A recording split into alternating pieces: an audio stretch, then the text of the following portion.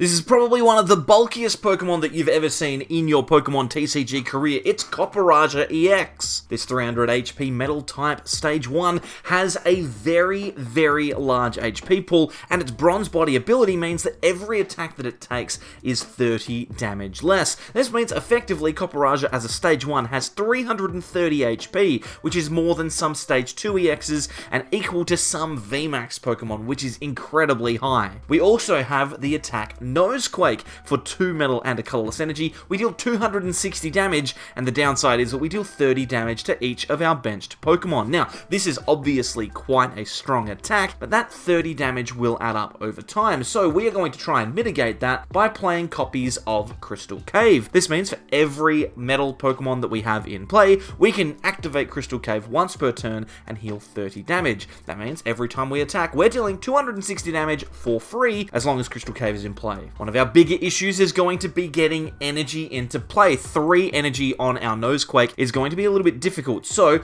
we're going to try and get those into play by using the Giga Magnet Magnezone. This card, obviously very popular with decks like Dialga V-Star, allows you to look at the top 6 cards of your deck, take any metal energy that you find there, and attach them to your Pokemon in any way that you like. This means that we can easily power up our Copperajah EX with no problems at all, plus if we need to use Power Beam, we can absolutely do that. We also use Miraidon EX to help us get Magnemites in play. We can also use that to search out another helpful consistency card in Rotom V, which is handy in the early game to build up your hand. But ultimately, this deck is all about getting Copperajah EX in play as quickly as possible. Let's jump out onto the casual ladder of Pokemon TCG Live and see if we can't get some games with it. Game time, we'll see whether we can't get a good setup. I mean, this hand looks pretty gosh darn good. We can grab, actually, let's grab the Radiant Greninja here. We can grab a couple of Magnemite. We've got a Nest Ball as well. We've got double Cufant. Let's just see what we get off this concealed cards as well. Maybe we can find another Pokemon we don't. I mean, we've got an Ultra Ball, so that's pretty good.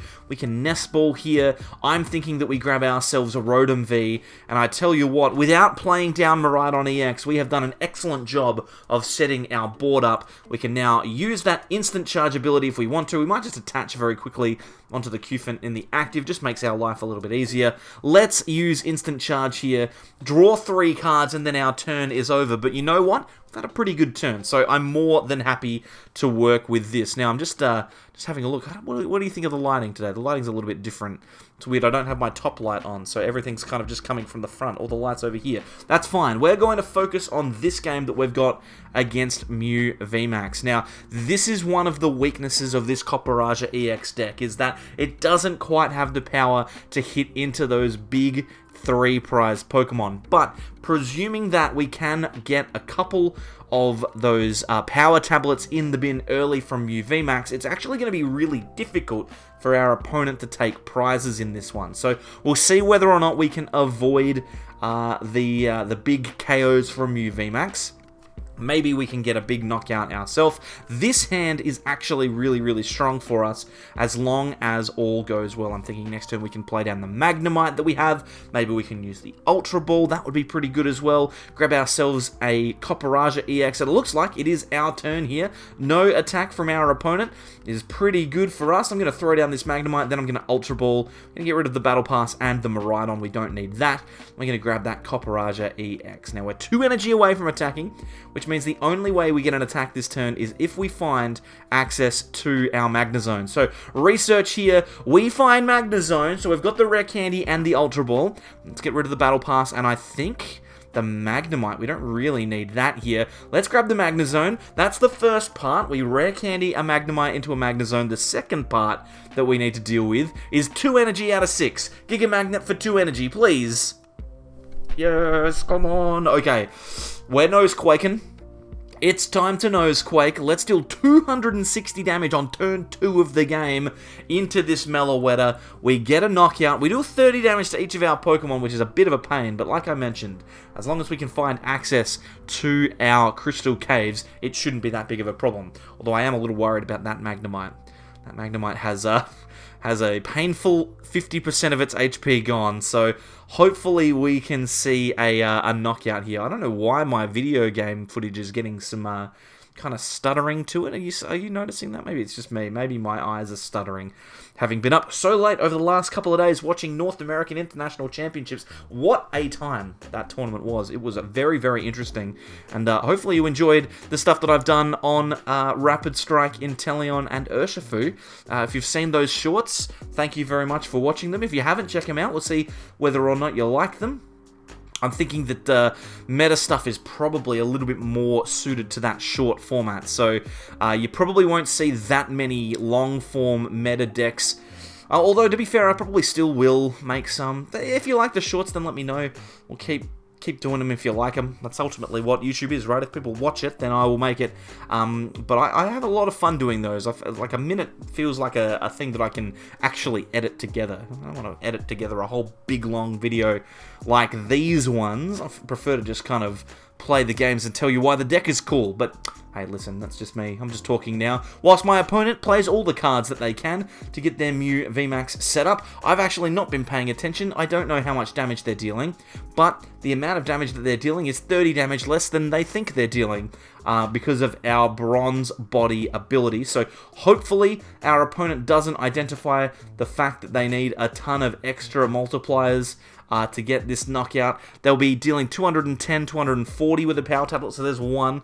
240 minimum, but of course that'll go down to 210 again. So if they've used, I think they need to use all 4 power tablets to knock this out, and even then 330 is still a long way away, right? It's a long way for a Mew VMAX to go. So even though they are hitting us here for presumably a lot of damage, we will also hit them for 260 back. So hopefully we get a solid attack here.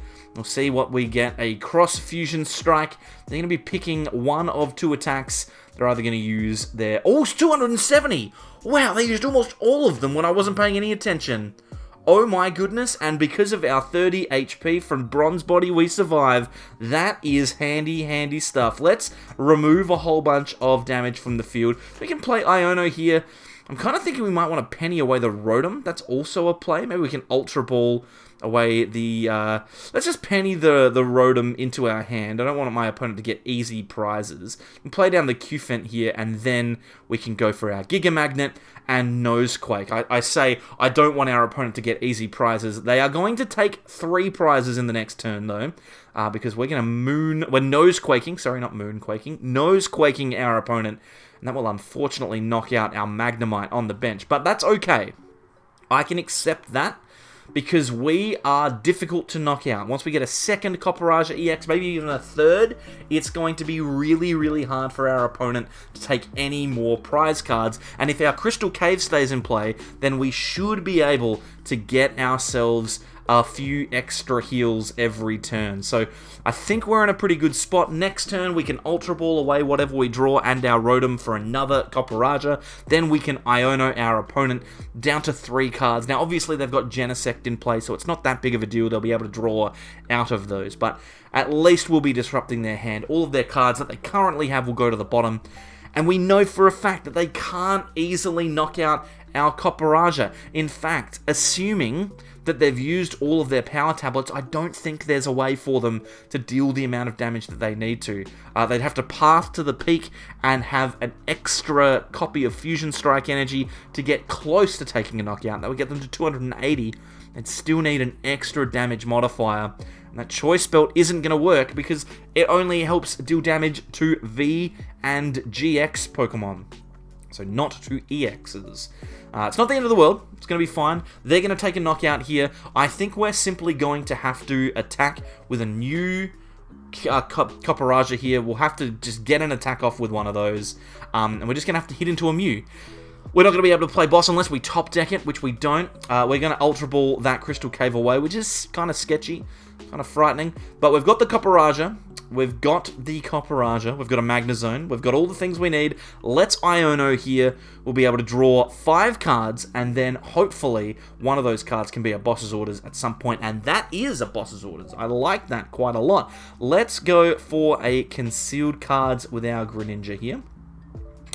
get another Rare Candy Magnezone. That would have been a good card to draw into last turn to remove that Magnemite from play. To be fair, we could have done it ourselves with Penny. And then we can Giga Magnet. Hopefully we find an energy or two. We do. There's one. We can throw that down onto the Cufant on the bench. And then Nosequake. That will do 260 damage to the Mew. We still need to attack 2 times, and that's actually quite frightening, because if our opponent knocks out the Copperajah that we have in the active, we knock out the Radiant Greninja on our bench, that's going to be really bad, right? They're going to take those 3 prizes pretty quickly, so hopefully we do not get knocked out here, and our opponent maybe whiffs some extra damage. I don't know what they might do to forget. Maybe they need to play a power tablet. They've got choice belts. Maybe they think that choice belt is enough. I'm not sure. They at least have access to the Meloetta's attack now. So 1 power tablet would be a knockout. And if they get that, then that's really, really bad for us. Because it'll mean that they get to boss's orders and win the game. I'm feeling a little bit frightened, though, because we may need to Power Beam one of these Mew VMAXs. Obviously, we won't be able to knock out both of them in one turn. There's just no way for our deck to do that. But if we do take a KO next turn with Boss, then it's going to be very, very tricky for us to get a final KO. They miss the KO, though. There's only 250 damage. The Choice Belt and the Bronze Body obviously throwing my opponent off there. They might have thought that they had it with Melodious Echo, but no, they don't.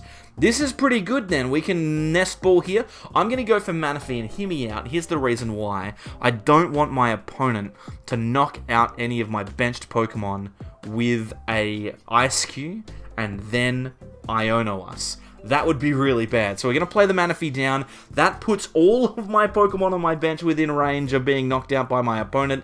Some of them are in range of being knocked out by me. We'll see what we can find.